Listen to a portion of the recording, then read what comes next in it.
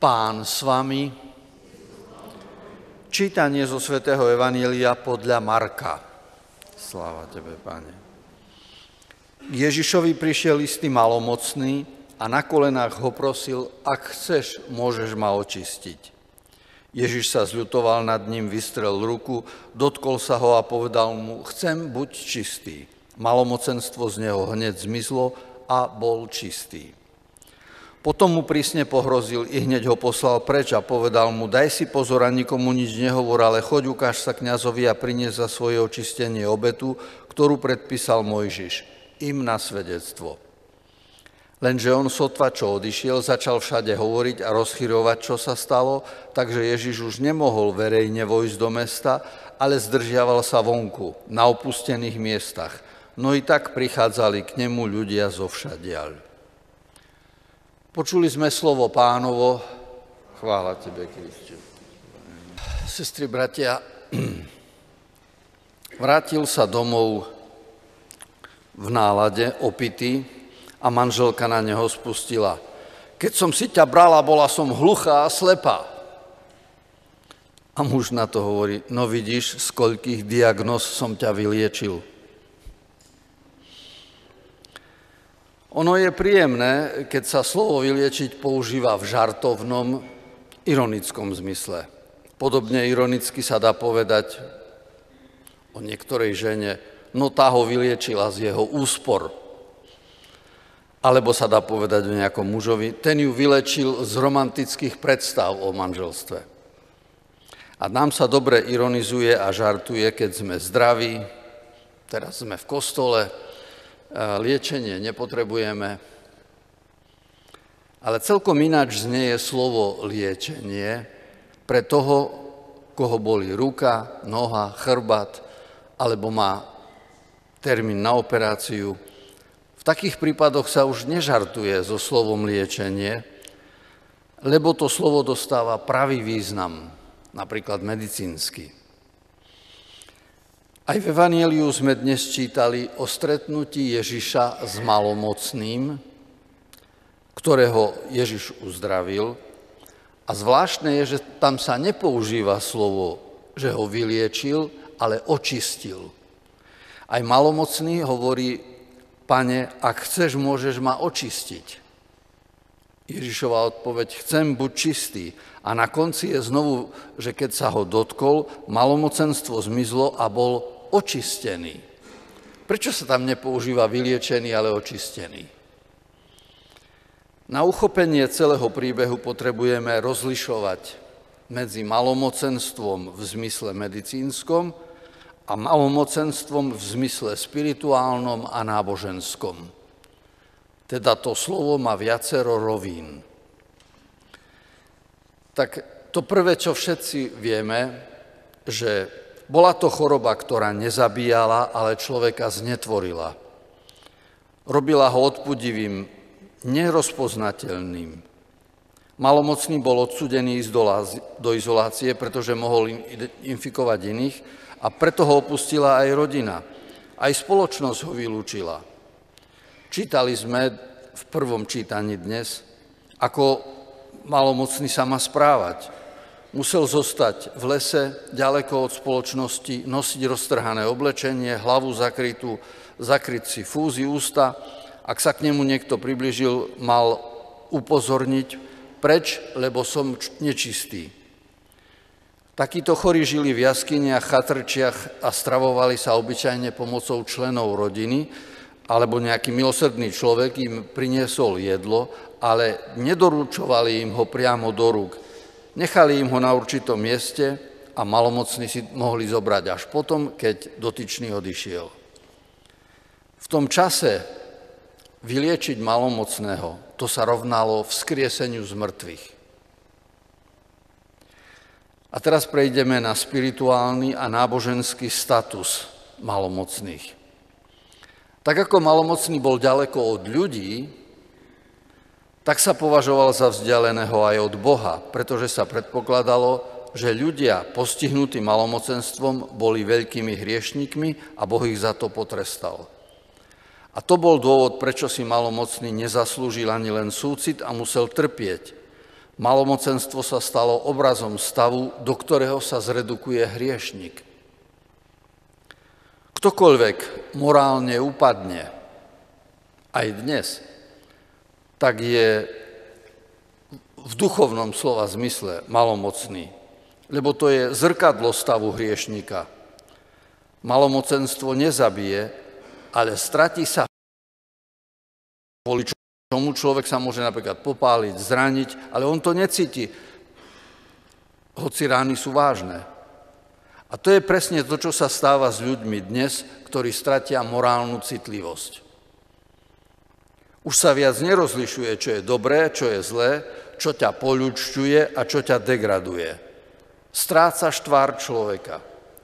Stačí sa pozrieť na nemiernych ľudí, na zločincov, ktorí strácajú akýkoľvek rešpekt, alebo na tých, ktorí sú nečestní, podvodníci, kariéristi, gambléri, sebeckí, závislí.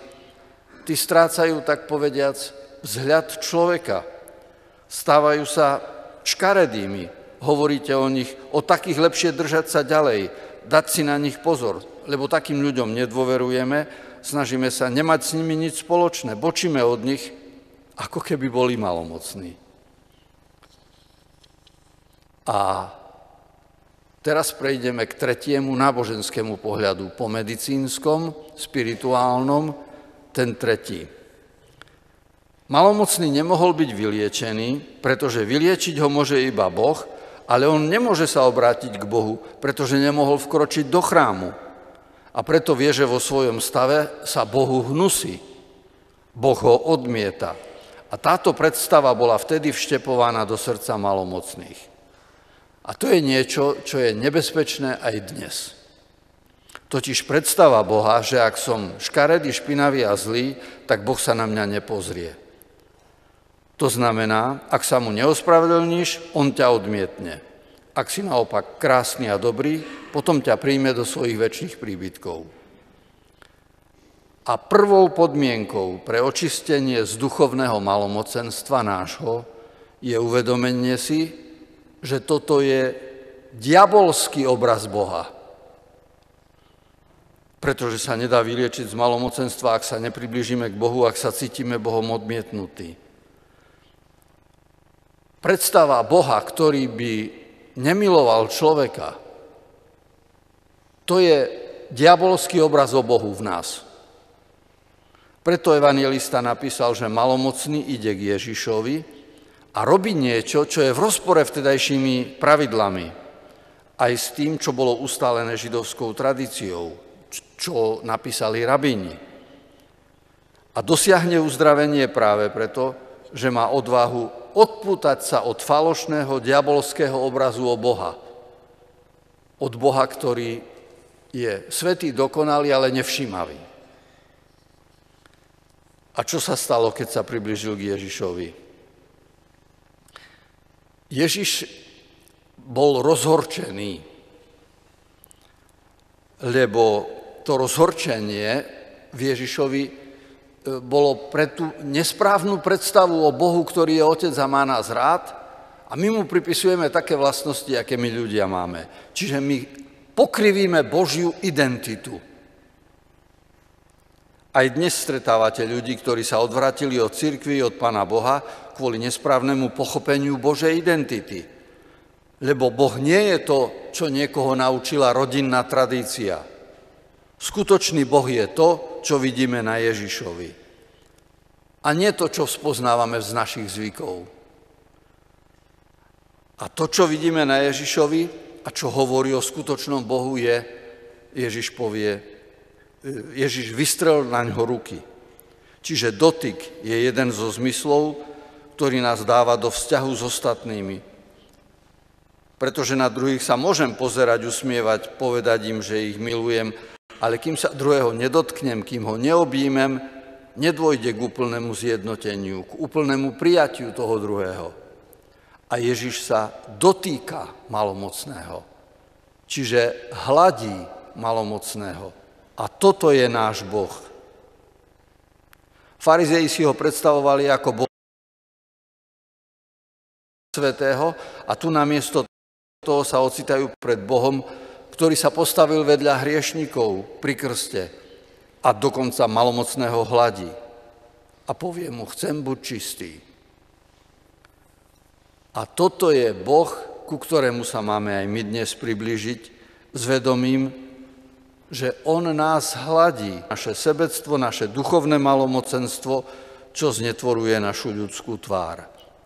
Ako keby Ježiš chcel povedať, pamätaj, že hoci sa cítiš ako hriešný, necíť sa ďaleko od Boha, lebo si ním milovaný. Môžeš sa k nemu priblížiť a on ťa môže uzdraviť. A tak vidíme, bratia a sestry, že ten príbeh o malomocnom je nadčasovo múdry a poučný. Končí potom tým, že Ježiš mu prísne pohrozil a poslal ho preč. Prečo mu prísne pohrozil? Ako keby Ježiš chcel povedať, ako si len mohol myslieť toto o Bohu, veď Boh nevylučuje nikoho z jeho lásky, v akomkoľvek stave by sa nachádzal.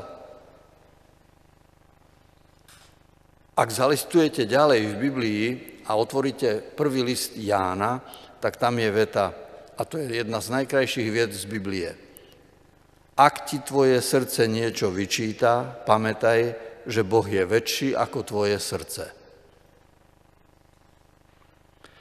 A preto my dnes ďakujeme za nový obraz o Bohu a prosme ho, aby sme sa nepodriadovali tým našim predstavám o ňom, ale aby sme prijímali Ježišovu predstavu o Bohu. My vtedy ideme ku Bohu, keď pochopíme, že nás miluje takých, akí sme. A kým nepochopíme, že Boh nás má rád takých, akí sme, tak sa motáme v živote. Ale cesta k Bohu závisí od tej predstavy o Ježišu, o Bohu, ktorú priniesol Ježiš. A v tomto smere sa máme my očistiť.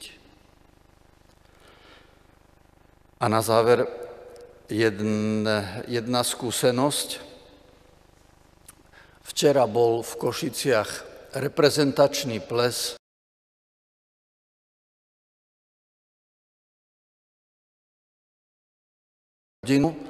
ktoré každý rok organizuje. Takýto ples vyše 200 účastníkov a trošku drahý, lebo vstupenka stojí 50 eur. Ale ten ples bol krásny so svojím programom, to znamená aj tanečné školy, aj tombola, aj večera, všetko, čo k tomu patrí. Tak ako pred rokmi takéto plesy organizovalo Hnutie kresťanských rodín alebo Inštitút rodiny, tak sa v tom pokračuje po pandémii znovu. A prečo to spomínam? Lebo keď skončil tento ples, dnes popoludní od 4:00 na tom istom mieste sa koná ples chudobných.